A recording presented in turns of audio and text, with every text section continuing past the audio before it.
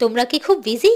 চাপ নিও না, তাহলে আমার এই রেসিপিটা বানিয়ে ফেলো, দেখবে খুব ইজি। চলো আজ বানাবো ডিমের পোচকারি। ডিমের পোচকারি বানানোর জন্য প্রথমে ডিমগুলো এক এক করে ভেজে নেব। ডিমগুলো ভাজার সময় উপর থেকে ছড়িয়ে দেব নুন।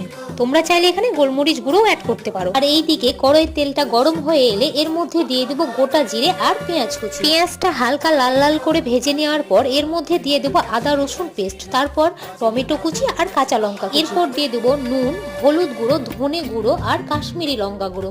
আর এই মশলাগুলো একসাথে খুব ভালোভাবে কষে নেব। কষানো হয়ে এলে এর মধ্যে দিয়ে দেব পরিমাণ মতো জল। জল দেওয়ার কিছুক্ষণ পর এর মধ্যে দিয়ে দেব গরম মশলা গুঁড়ো আর মিট মশলা গুঁড়ো। তারপরে পরেই ভেজে রাখা ডিমের পোচগুলো এক এক করে এর মধ্যে দিয়ে দেব। আর সবশেষে উপর থেকে ছড়িয়ে দেব ধনেপাতা কুচি। ব্যাস, তাহলেই রান্না শেষ।